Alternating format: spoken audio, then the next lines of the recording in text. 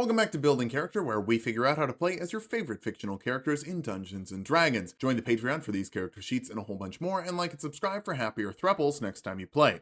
Maybe. Today we're building Megaera and Thanatos from Hades, also from Greek mythology, but mostly from Hades. I'm not flipping through a mythology textbook for footage. If you want me to understand something, don't put it in a book, put it in a roguelike with lots of sexy people. This is my boyfriend Derek. This is Derek's boyfriend Ben. Hey. Hey. Oh. Let's start off with Meg. She's the first boss of the game after all, which means she's probably the first one to kill you. First thing Meg needs is punishment, specifically with a whip to make things not fun on the battlefield and probably pretty fun other places. Next, we need some blood and darkness, which is sailor talk in the underworld, but I also want dark energy on our attacks. Finally, we'll call in some assistance from undead assistants. You'll be the deadliest person on the field, but it helps to have help. For stats, we'll be using the standard point array from the player's handbook. Roll for stats if you want, just keep your multi-classing minimums in mind. Strength will be number 1. You have the might of a god because you have to kill a god. Transitive property, you're as strong as a god, maybe stronger. Charisma next, you're intimidating and definitely appeal to a certain subset of suitors, those suitors with culture. Constitution after that, bosses need a big health bar and you're a girl boss and a gatekeeper. No gaslighting though, that's Nyx's job. Follow that up with dexterity, you don't wear anything heavy. Asphodel causes some swamp asphodel if you bundle up too much. Intelligence is a bit low and wisdom is even lower. These are soft stats and nothing about you could be described as soft. So for race, Greek mythology is messy. Hades also tweaks it. For Achilles, Meg considers Nyx her surrogate mother and doesn't have any biological parents. Per Greek mythology, she's a human. Per Greek mythology of Furies, they're demonic angels. So Fallen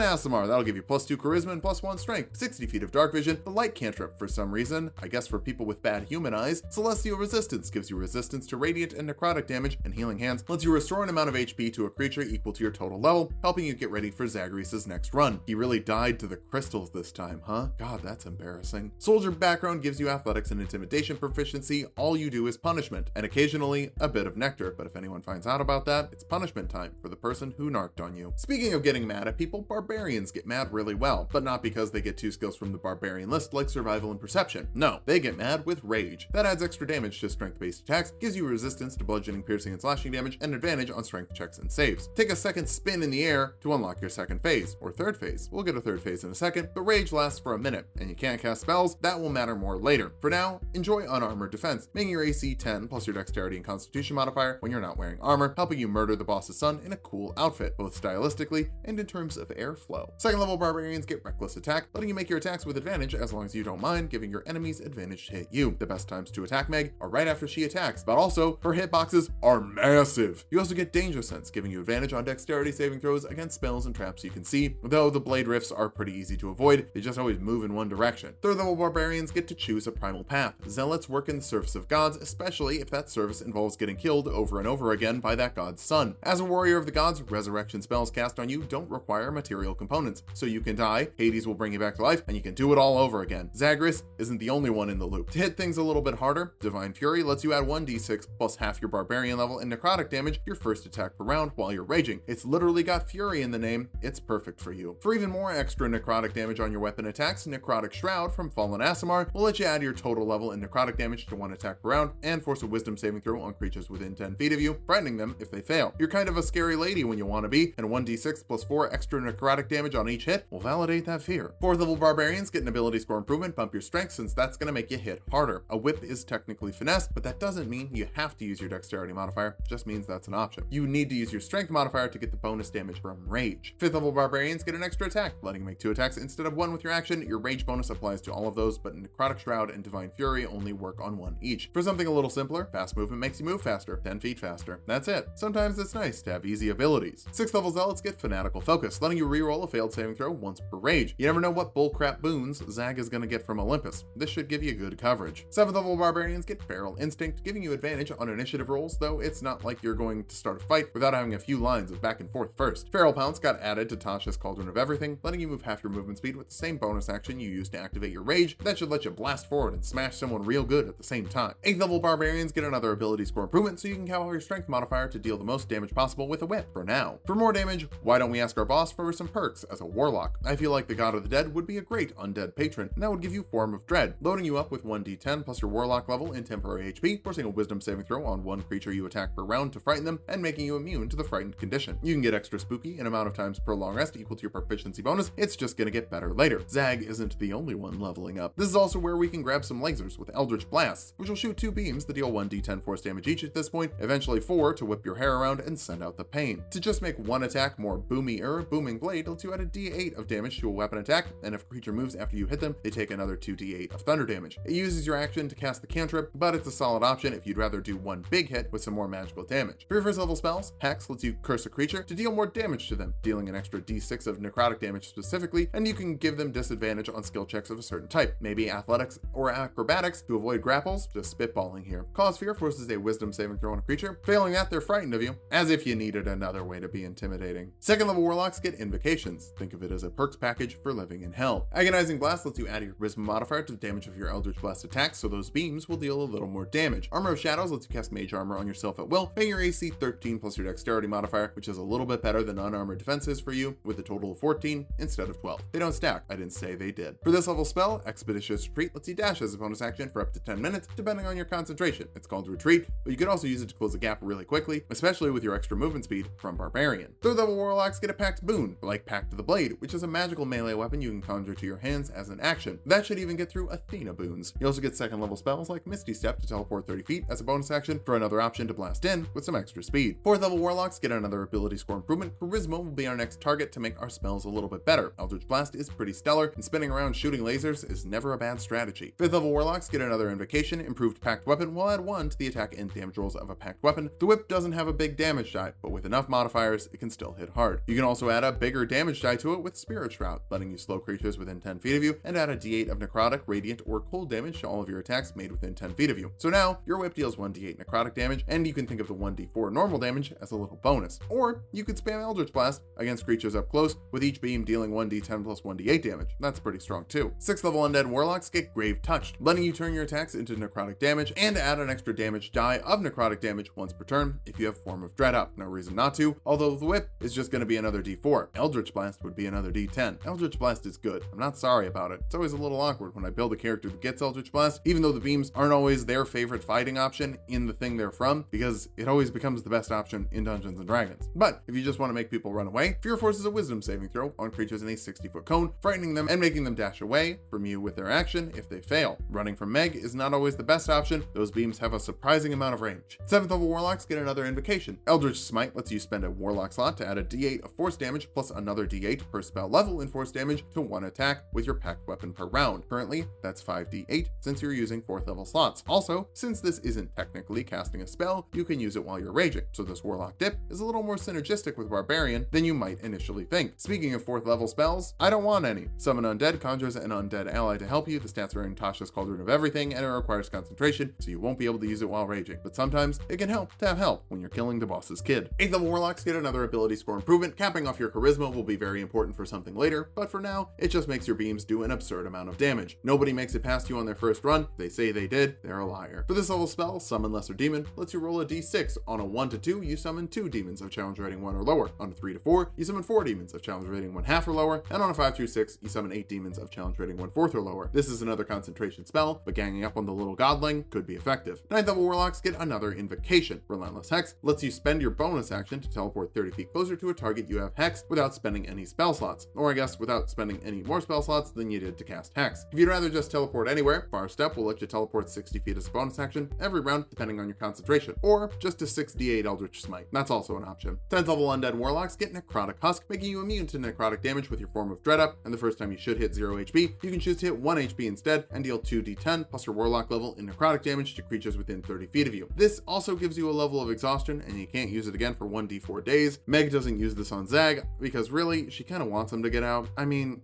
he's not worth the hassle, obviously. 11th level warlocks get a 6th level Mystic Arcanum spell, which is a spell you can use once per long rest instead of recharging on short rests like the rest of your warlock slots. We'll go for Tasha's Otherworldly Guise, giving you a 40-foot flying speed, or 50 thanks to fast movement, plus 2 to your AC, and immunity to radiant and necrotic damage, and the charmed condition, or poison and fire damage, and the poisoned condition. It's a nice big suite of buffs to make you the buffest lady in the underworld. Our capstone is the 12th level warlock. For one last ability score improvement to her feat, we'll grab the Tough Feat for 40 extra HP. Your AC is low, low. Buffing your constitution could help that, but not any more than just using mage armor. Besides, it's not like Meg is hard to hit, she kinda just deals with it and kills you faster. To kill things faster, grab the Life Drinker invocation. To add your charisma modifier and necrotic damage to your packed weapon attacks, so every attack will have a little dark energy. Now that we've hit level 20, let's figure out how viable this build is. First, you're dealing consistent damage with a plus 11 damage modifier to all of your weapon attacks, plus 13 when you're raging, an extra d6 and d8 of necrotic damage per round from Divine Fury and Zealot. It's just gonna keep stacking. You're also very fast, with the ability to close gaps and a reach weapon to keep people from getting away. Finally, you can pop Spirit Shroud for 2d8 extra damage on each attack, turning your good damage into great damage for a little bit, though you do lose the rage bonus. That's the major weakness, no concentrating or casting spells while raging. You also have a lot of concentration spells and could only have one up at a time anyway. Finally, your AC is really bad, with 14 as your best option, meaning you're gonna get hit a lot. Thankfully, you can probably just kill anyone before they kill you. You're a master of punishment by yourself. Can you imagine how it would go if you had a partner to double team Zagreus? Now you're talking double team supreme.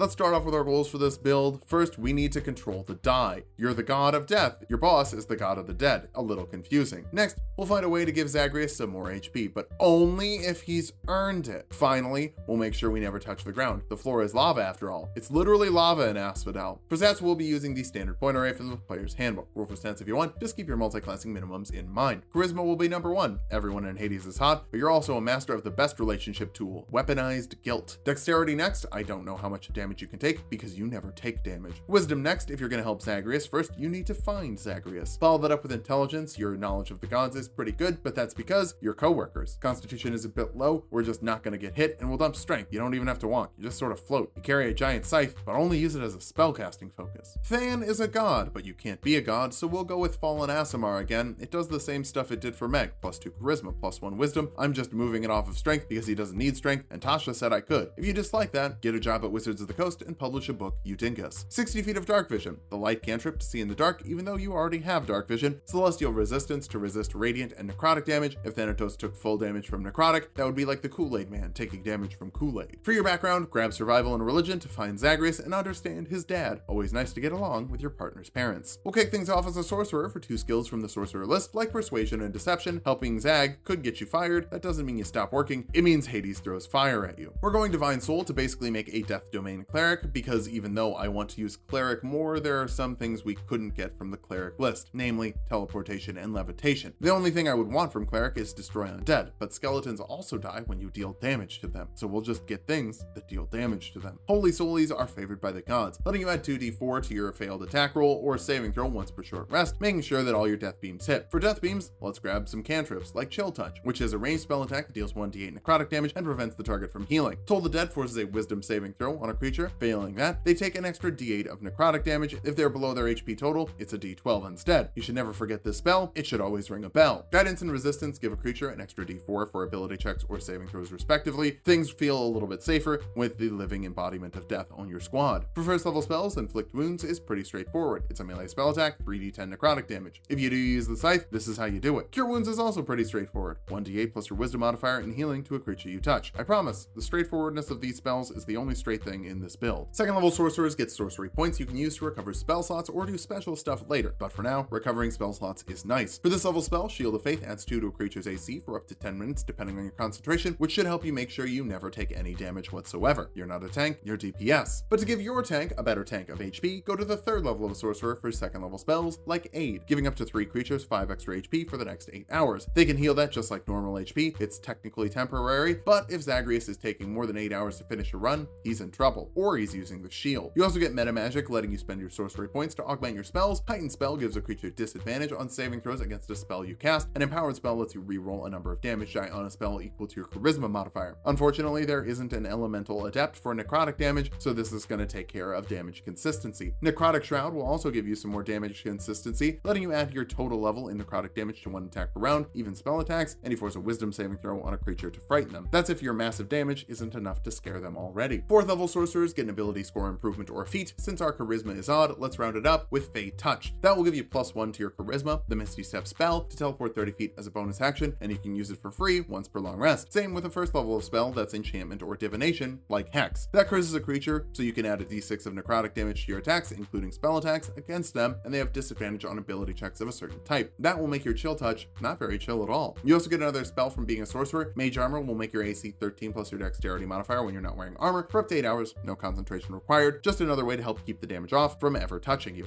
5th level sorcerers can learn 3rd level spells. Bestow Curse forces a wisdom saving throw on a creature, cursing them if they fail to do something to them. There are some options in the PHB, but there's also an option to barter with your DM for something you think is fair. D8 of necrotic damage every time they get hit, disadvantage on attack rolls, rolling a wisdom saving throw if they want to do things, that kind of stuff. Come up with something comparable. I always recommend building your own curse. It's just so fun. 6th level Holy Soulies get empowered healing, letting you re-roll healing die when someone is healed within 5 feet of you. Costs a sorcery point, but it's pretty much free meta magic for your cure wounds. For this level spell, Spirit Shroud is another way to add necrotic damage, an extra d8 of that, radiant or cold, to creatures you attack within 10 feet of you, and their movement speed is reduced by 10. It might seem a little weird to grab this with Hex and Bestow Curse already, but this will eventually scale up with higher level slots, where those do not. The duration of them extends with higher level slots, which isn't good. 7th level sorcerers can learn 4th level spells. Blight forces a constitution saving throw on a creature, dealing 8d8 necrotic damage if they fail. It's really good against plants, but Persephone isn't going to attack her son, so you don't need to do that. Just enjoy having a big old death attack. 8th level sorcerers get another ability score improvement, cap off your charisma to have truly godlike levels of dying. For this level spell, Dimension Door will let you teleport up to 500 feet and even bring a buddy. You could physically carry Zag to the next chamber instead of metaphorically. Also, I'm not bad at Hades. I'm deliberately not attacking to show Thanatos doing stuff good in the background. I'm not being carried by Thanatos, I'm just watching him work. 9th level sorcerers can learn 5th level spells. I don't want any 5th level spells, instead grab Haste, which doubles your movement speed, adds 2 to your AC, gives you advantage on dexterity saving throws, and an extra action to dash, disengage, hide, use an object, make one weapon attack. I'll recommend using your big movement speed to disengage. They can't hit you if you're out of their range. 10th level sorcerers get another meta magic option. Distance spell doubles the range of a spell so you can disengage and still touch people in an unchill way. For this level spell, shield adds 5 to your AC as a reaction, paired with haste and mage armor, that's 22, and your dexterity isn't even all that great yet. 11th level sorcerers can learn 6th level spells. Circle of Death works pretty well for a death circle, creating a circle with a 60-foot radius that forces a constitution saving throw on creatures inside. It deals 8d6 necrotic damage to those that fail. At first, it looks worse than Blight, and that damage is to a single target. But a 60-foot radius could have like 40 enemies inside that all take 8d6. Blight is single target. Circle of Death is your AoE. 12th level sorcerers get another ability score improvement. Start working on your dexterity for better AC to make sure you don't die, you do the die, you don't die. No spell at this level. Sorcerers stop learning spells late game, but I'm fine with that. Thanatos doesn't exactly have the biggest move pool. 13th level sorcerers can learn 7th level spells. Teleport lets you teleport anywhere on the same plane you're familiar with. The more you know about it, the more accurate you'll be, but you know your way around the underworld better than just about anyone. Or you try and help Zag every single run and only accurately teleport in about 1 in 4 times. Whichever headcanon you like is fine. 14th level Holy Soulies get angelic form, giving you the ability to make some wings for 30-foot flying speed. There isn't a limit to how often you can do this, so it's basically a permanent flying speed, letting you hover in the air with an air of superiority. 15th level sorcerers can learn 8th level spells. Abid Alzim's Horrid Wilting forces a constitution saving throw on creatures in a 30-foot cube, dealing 12d8 necrotic damage to those that fail. It's a happy compromise between Blight and Circle of Death. It's the best of both worlds. Diley Cyrus, Miley Dyrus. 16th level sorcerers get another ability score improvement. Bump your charisma modifier up. I don't want you to have to think about dodging. 17th level sorcerers can learn 9th level spells. Power Word Kill instantly kills a creature with 100 HP or less. It's the best way to round off a creature, though you might want to blight them first to make sure they're going to be in death range. Or you could use Quicken Spell to cast a spell as a bonus action that normally takes an action, though we don't have the best option just yet. For that, we need to bounce over to Warlock. Sure, you're your own force of death, but you do get some power from Nyx. Since Nyx is all about shadow, I think Hexblade would be fitting for your subclass rather than Undead, because we're talking about the power you're getting from Nyx here, not the power you're getting from Hades. Does that make sense? Anyway, you get Hexblade's Curse to mark one creature for super death. You critically hit them on a 19 or a 20, deal extra damage equal to your proficiency bonus when you attack them, and heal an amount equal to your Warlock level plus your charisma modifier when you drop them to 0. You're also a Hex Warrior, letting you pick a one-handed weapon to wield with your charisma modifier. You only hold the scythe in one hand, so it's sickle, I guess. Gross. Thankfully, you also get cantrips like Eldritch Blast to fire 4 beams that deal 1d10 and force damage each, or with a capped off Spirit Shroud, 1d10 plus 48 necrotic for a total of 4d10 plus 16d8 in a single round, plus another 24 from Hexblade's Curse. Then doubled with your Quicken spell, if you're into that. For your other spells, True Strike lets you remind your audience that double videos every single day for a month is a ton of extra work. None of them are phoned in. I've been working on this since January. Just because a character is monoclass, or maybe not your favorite character, doesn't mean it was filler. I did Supernatural this month. It also lets you make an attack next round with advantage. That's just bad. Attack twice. For your first level spells, Cause Fear forces a wisdom saving throw on a creature, frightening them if they fail. An Expeditious Retreat lets you dash as a bonus action, I guess. The extra slots you get from Warlock should be used for burning down into sorcery points. That's their best use. Also, I'm not power building. This is just to get something very